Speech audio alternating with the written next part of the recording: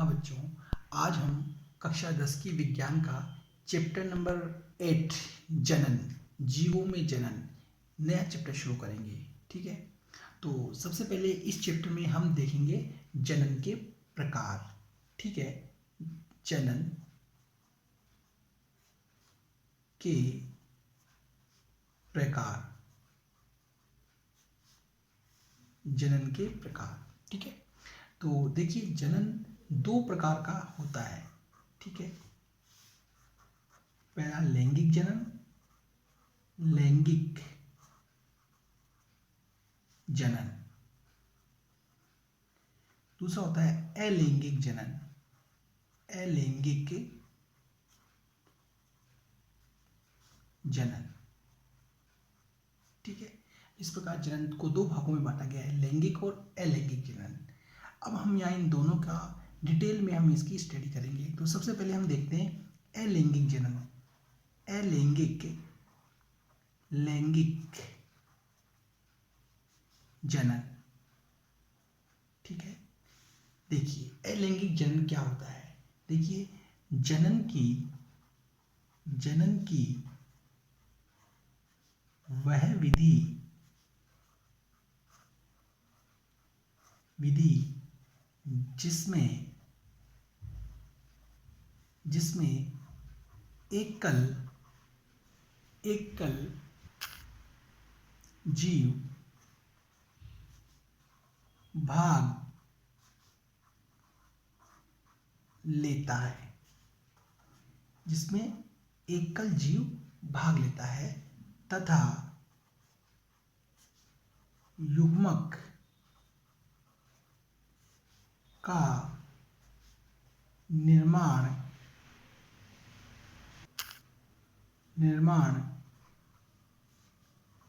नहीं होता, युग्मक का निर्माण नहीं होता है। ऐसे जनन को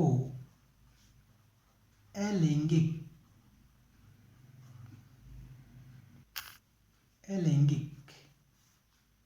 जनन कहते हैं। तो अलैंगिक जनन क्या होता है? जनन की वह विधि जिसमें एक जीव भाग लेता है और युग्मक का निर्माण नहीं होता, ऐसे जनन को अलैंगिक जनन कहते हैं। ठीक है, अब प्रश्न आता है कैसे? तो इसके लिए हम अलैंगिक जनन की विभिन्न विधियों का अध्ययन करते हुए एक एक एग्जाम्पल से इस चीज को समझेंगे। तो देखिए पहले हम देखते हैं अलैंगिक जनन की विधियां। लैंगिक जनन की विधियां अलैंगिक जनन की विधियां। ठीक है, तो देखिए प्रथम विधि है इसकी विखंडन विधि। विखंडन विधि। ठीक है, देखिए ए विखंडन विधि। अब पहले इसकी परिभाषा को क्लियर करते हैं। विखंडन विधि क्या है? वह विधि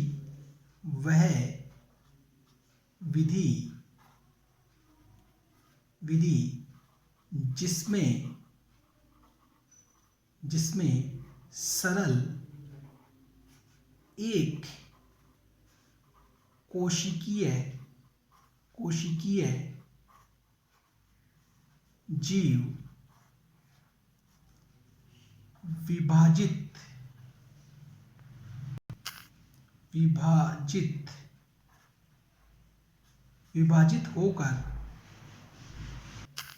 विभाजित होकर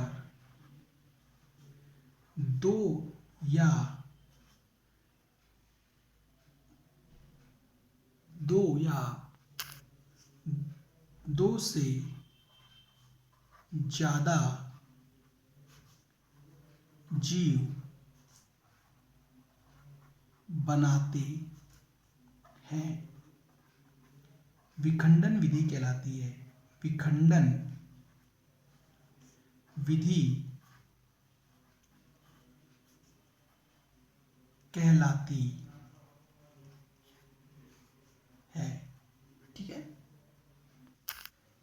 तो विखंडन विधि किसे कहते हैं? वह विधि जिसमें सरल एक कोशिकीय जीव दो या दो से ज्यादा जीवों बनाते हैं, उसे हम कहते हैं विखंडन विधि। ठीक है, कैसे, इसके लिए हम आगे देखते हैं। देखिए जो देखिए देखिए बच्चों, विखंडन विधि को विखंडन विधि को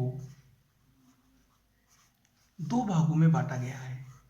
ठीक है, पहला द्विखंडन द्विखंडन विधि, नेक्स्ट है बहुखंडन विधि, बहुखंडन विधि। ठीक है, अब हम इन दोनों का एक एक करके अध्ययन करेंगे। तो पहला है हमारा द्विखंडन विधि। द्विखंडन विधि, द्विखंडन विधि क्या होती है? देखिए, वह विधि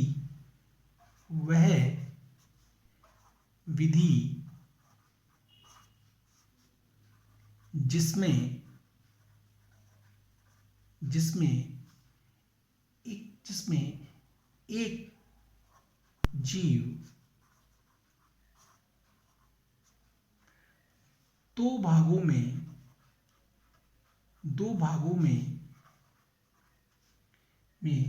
विभाजित होता है,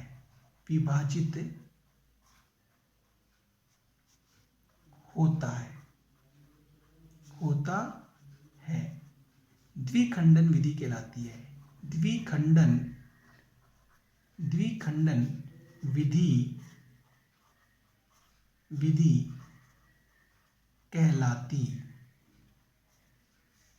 कहलाती है। ठीक है, द्विखंडन विधि में क्या होता है? एक जीव दो भागों के अंदर विभाजित होता है। कैसे, वो देखते हैं बच्चों। देखो इसको।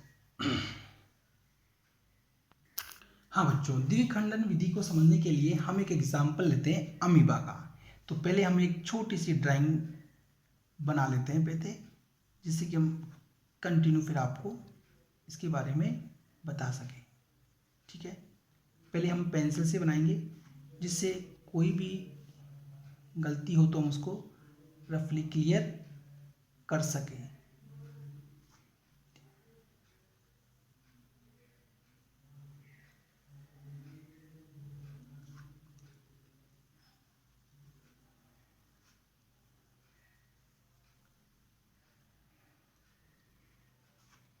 देखिए बच्चों, ये एक अमीबा है, इसका ये केंद्रक होता है, इसके चारों तरफ ये साइटोप्लाज्मा स्थित होता है। करेक्ट। देखिए, ये पहले इसको मार्कर से हाईलाइट करें। देखिए बच्चों, ये एक फुल अमीबा का मैंने डायग्राम ड्रॉ किया है। ये केंद्रक, ये इसके अंदर साइटोप्लाज्मा।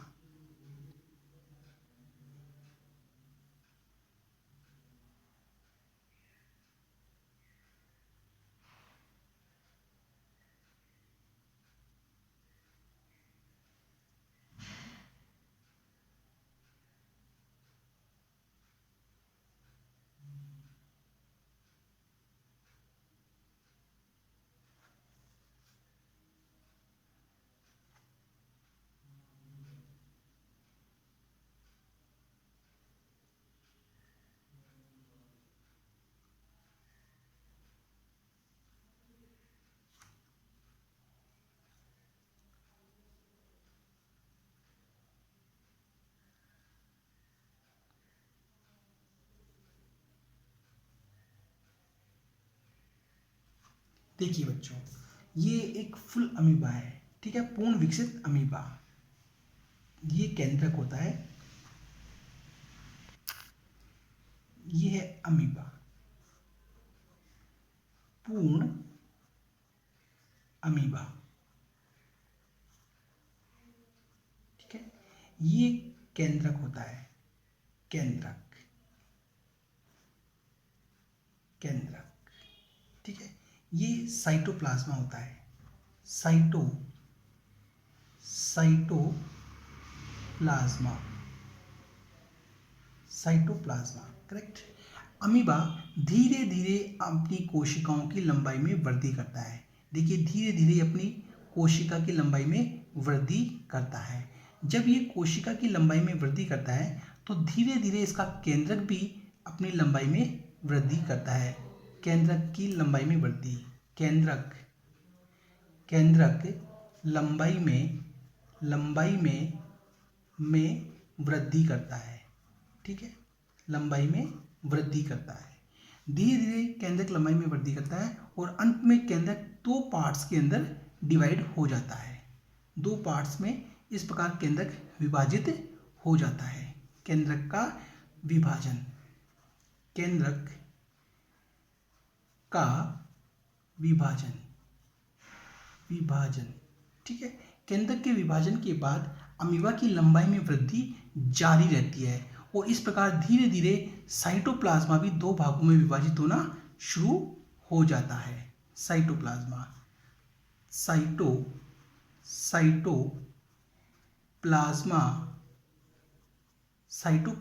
का विभाजन, साइटोप्लाज्मा भी विभाजित होना शुरू हो जाता है और अंत में साइटोप्लाज्मा दो भागों में विभाजित हो जाता है। इन दोनों भागों में केंद्रक उपस्थित होता है। केंद्रक, दोनों भागों में केंद्रक उपस्थित होता है। इस प्रकार एक अमीबा से हमें दो अमीबा प्राप्त होते हैं। दो अमीबा। तो यहाँ हमने देखा एक अमीबा से हमें दो नए अमीबा मिले। ठीक है, अर्थात इस जनन के अंदर एक जीव से दो नए जीव बन रहे हैं। ठीक है, तो ये किस प्रकार की विधि हुई? अलैंगिक जनन की विधि, क्योंकि अलैंगिक जनन में केवल एक ही जनक जीव भाग लेता है। तो एक जनक से दो नई अमीबा हमें प्राप्त हुई। देखिए बच्चों, हाँ बच्चों, एक बार दोबारा रिपीट करते हैं। अमीबा ये पूर्ण विकसित अमीबा होता है। ठीक है, इसका आकार निश्चित नहीं होता। ये केंद्रक है, इसके चारों तरफ ये साइटोप्लाज्मा है। अमीबा की कोशिका धीरे धीरे इस प्रकार लंबाई में वृद्धि करती है। जब कोशिका लंबाई में वृद्धि करती है तो ये केंद्रक भी अपनी लंबाई में वृद्धि करता है और आगे जाके केंद्रक दो पार्ट्स के अंदर डिवाइड हो जाता है।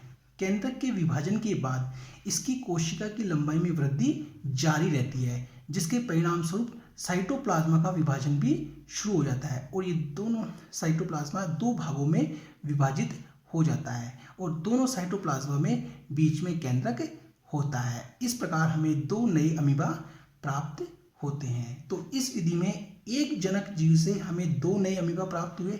ठीक है, तो ये किस प्रकार की विधि हो गई?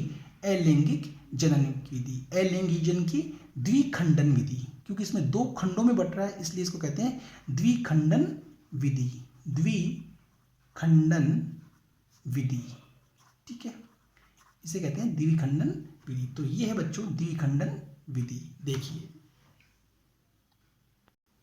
तो इसको थ्योरी के रूप में हम इस प्रकार राइट कर सकते हैं कि अमीबा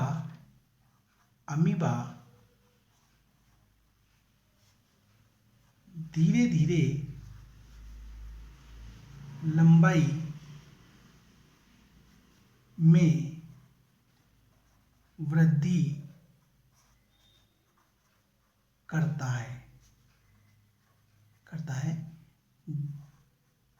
जिसके परिणाम स्वरूप केंद्रक भी लंबाई में वृद्धि करते हैं। केंद्रक भी लंबाई में वृद्धि करते हैं। अंततः केंद्रक दो भागों में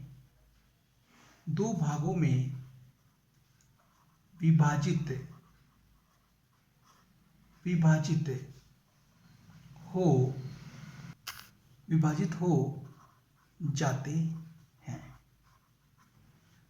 और कोशिका की लंबाई में वृद्धि वृद्धि जारी रहती है। ठीक है, जिसके कारण साइटोप्लाज्मा प्लाज्मा भी अंत में दो भागों में बट जाता है। इस प्रकार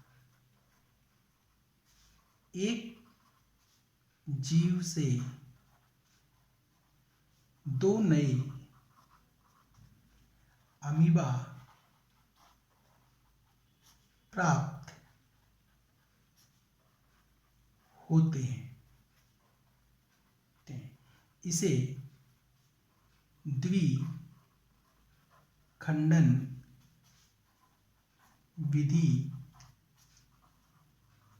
कहते हैं। ठीक है, तो ये होती है द्विखंडन विधि, एक जीव से दो नए जीव का प्राप्त होना। अब हम देखते हैं बहुखंडन विधि। बहुखंडन विधि, ठीक है, तो पहले इसकी परिभाषा क्लियर करते हैं। वह विधि जिसमें सरल संरचना वाले एक कोशिकीय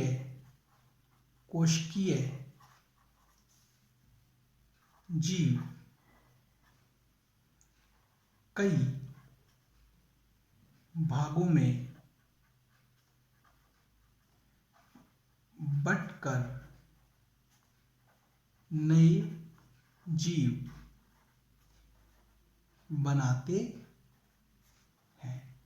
ठीक है, तो इसे हम क्या कहते हैं, बहुखंडन विधि। अर्थात वह विधि जिसमें सरल संरचना वाले एक कोशिकीय जीव कई भागों में बढ़ते हैं। यहाँ दो भागों में विभाजित हुए थे, यहाँ दो भागों में विभाजित हुए थे, यहाँ कई भागों में विभाजित होते हैं। जैसे कि एग्जाम्पल के तौर पे प्लाज्मोडियम,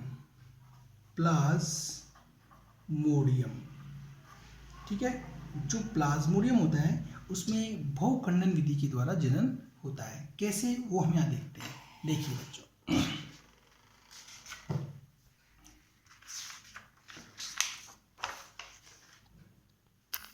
हाँ बच्चों, देखिए बहुखंडन विधि को पहले हम एक डायग्राम के द्वारा इसको अंडरस्टैंड करेंगे। ठीक है, देखिए बच्चों, पहले हम पेंसिल से एक डायग्राम बनाते हैं, फिर देखेंगे इसको। ठीक है, देखिए इस प्रकार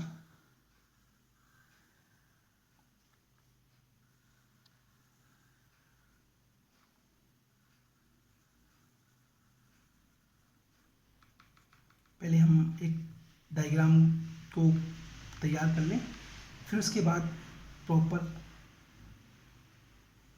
कंटिन्यू हम इसको समझेंगे। देखिए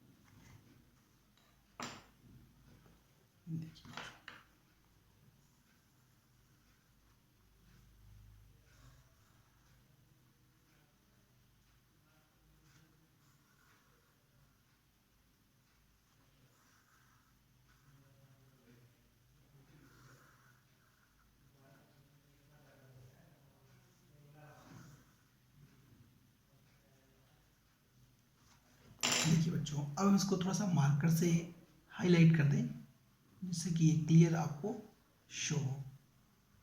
देखिए इस प्रकार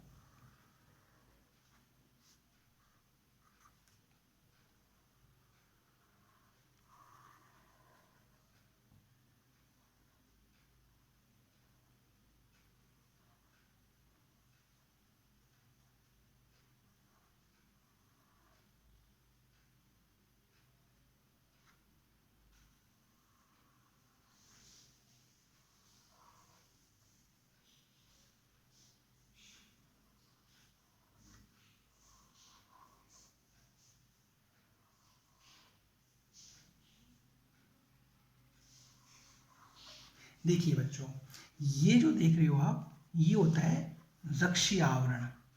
रक्षी आवरण, ठीक है, ये सुरक्षा प्रदान करने वाला आवरण होता है। ये जो देख रहे हो आप, ये होती है सेल, कोशिका। कोशिका, कोशिका, ठीक है। ये जो होता है, ये होता है केंद्रक।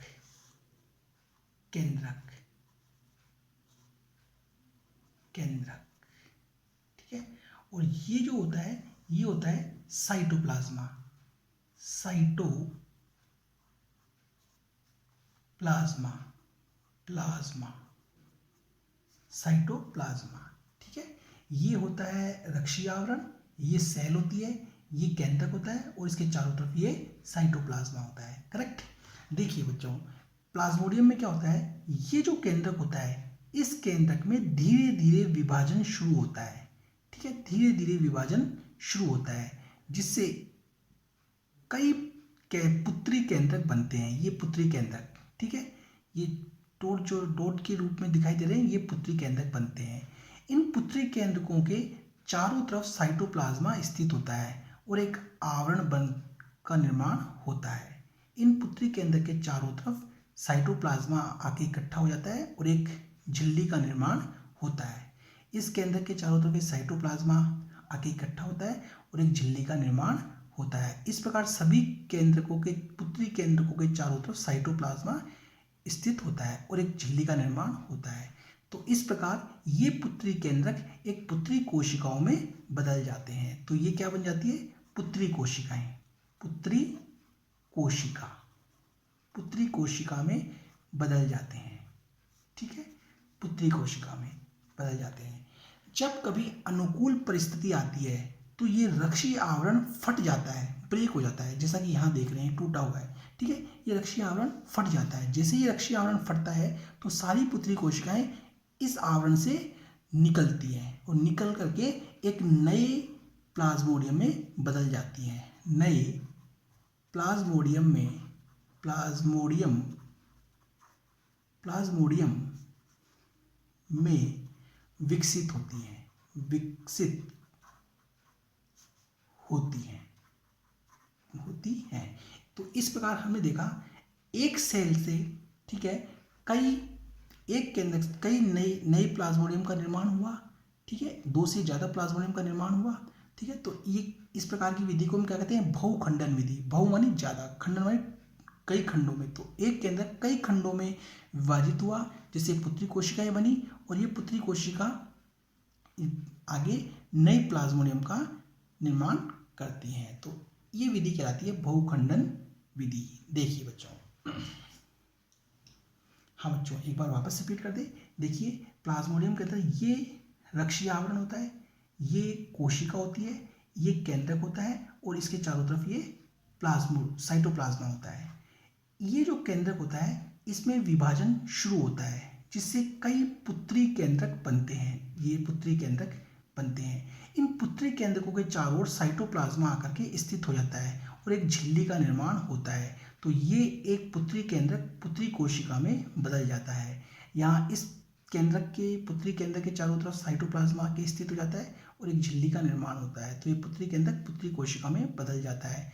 इस प्रकार एक केंद्रक के विभाजन से कई पुत्री केंद्रक बनते हैं और वो पुत्री केंद्रक पुत्री कोशिकाओं में बदल जाते हैं।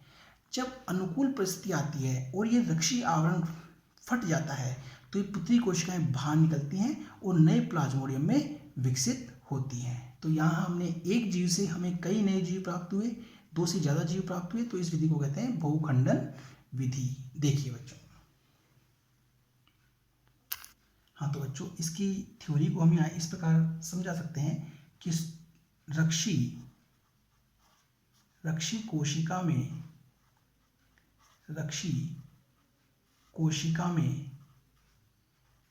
केंद्रक में विभाजन से पुत्री केंद्रक बनते हैं। पुत्री केंद्रक बनते हैं। ठीक है, इसमें विभाजन से पुत्री केंद्रक बनते हैं।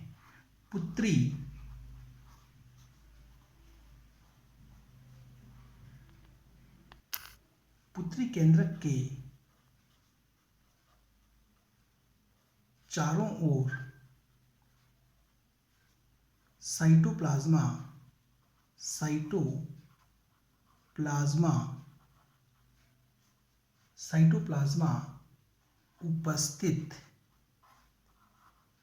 उपस्थित हो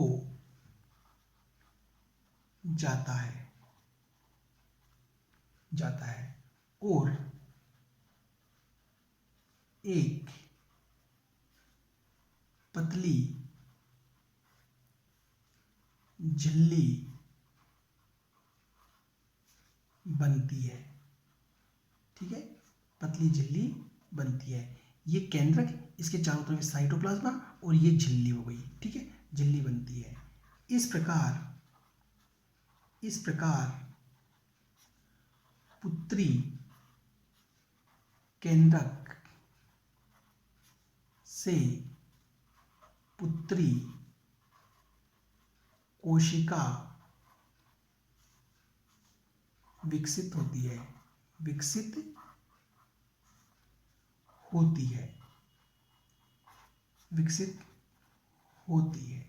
ठीक है, पुत्री कोशिकाएं विकसित होती हैं।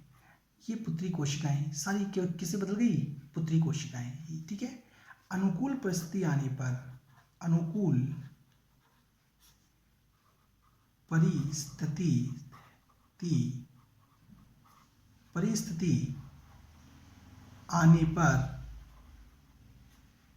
रक्षीय आवरण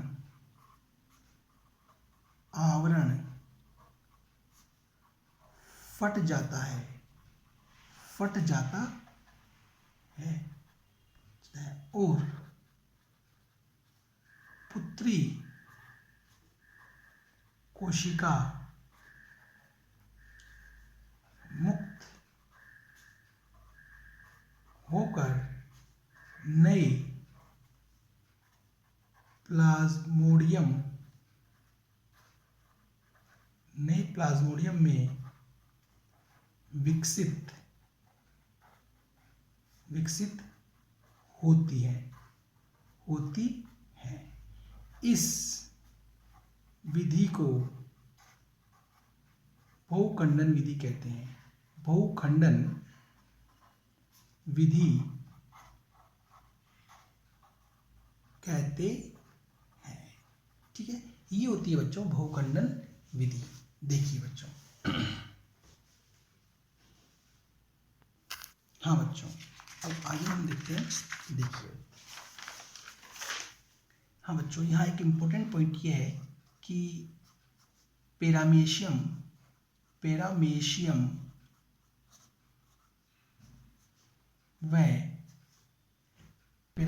व लेशमानिया में भी द्विखंडन विधि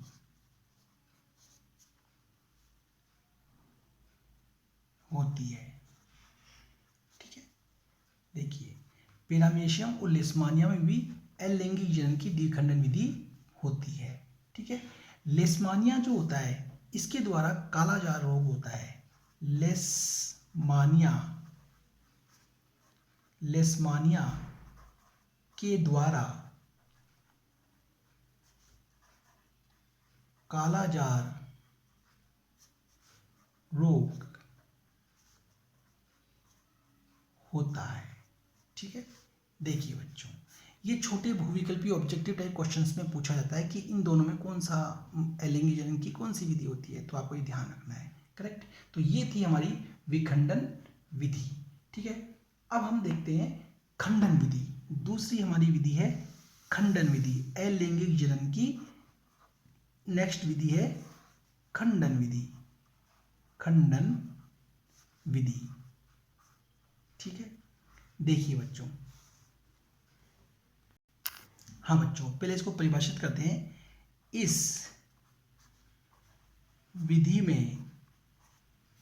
में सरल संरचना वाले बहु बहु बहुकोशिकीय सरल संरचना वाले बहुकोशिकीय जीव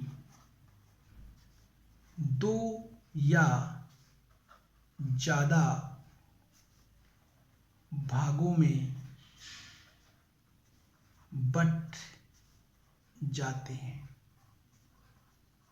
देखिए, इस विधि में सरल संरचना वाले बहुकोशिकीय जीव दो या दो से ज़्यादा भागों में बट जाते हैं। करेक्ट। कैसे? तो देखते हैं हम एग्जाम्पल के रूप में स्पाइरोगाइरा।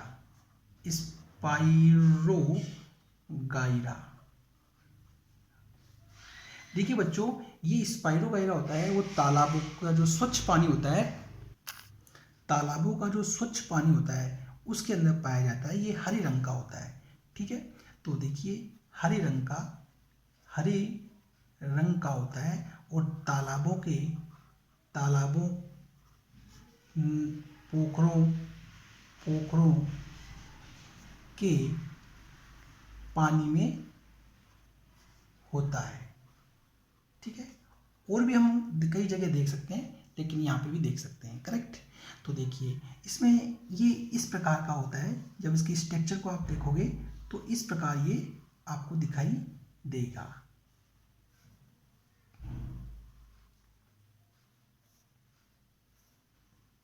ठीक है, स्पाइरोगाइरा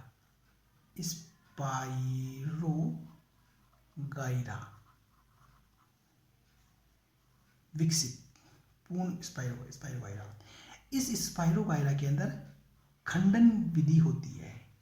ठीक है, खंडन के द्वारा ये इस प्रकार दो पार्ट्स के अंदर डिवाइड हो जाता है। ठीक है, इस प्रकार दो पार्ट्स में ये डिवाइड हो जाता है। ठीक है, और ये दोनों पार्ट्स जो होते हैं ये आगे विकसित होकर के एक नए स्पाइरोगाइरा में ये दोनों स्पाइरोगाइरा एक पूर्ण विकसित स्पाइरोगाइरा के अंदर बदल जाते हैं। इस प्रकार ये पूर्ण विकसित स्पाइरोगाइरा में बदल जाते हैं। पूर्ण विकसित स्पाइरोगाइरा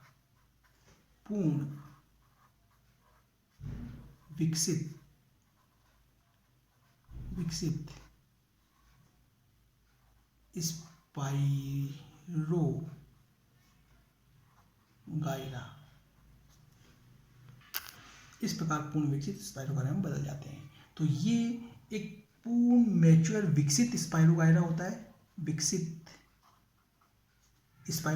है। खंडन विधि के द्वारा ये दो भागों में डिवाइड हो गया। ये दोनों भाग आगे विकसित होकर के नए स्पाइरोगाइरा में बदल जाते हैं। तो ये होती है खंडन विधि। करेक्ट। तो अब प्रश्न आता है खंडन और विखंडन में क्या अंतर है? तो वो हम यहाँ अगले नेक्स्ट पेज पे देखते हैं। देखिए बच्चों,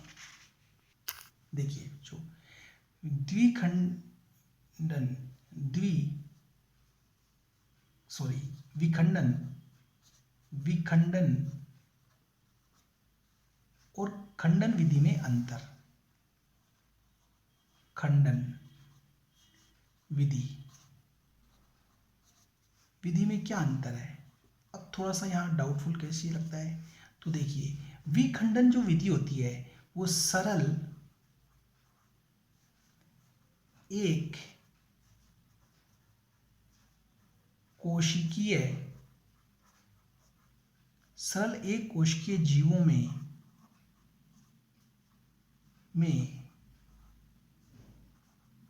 पाई जाती है। ठीक है, जबकि खंडन विधि होती है वो सरल बहु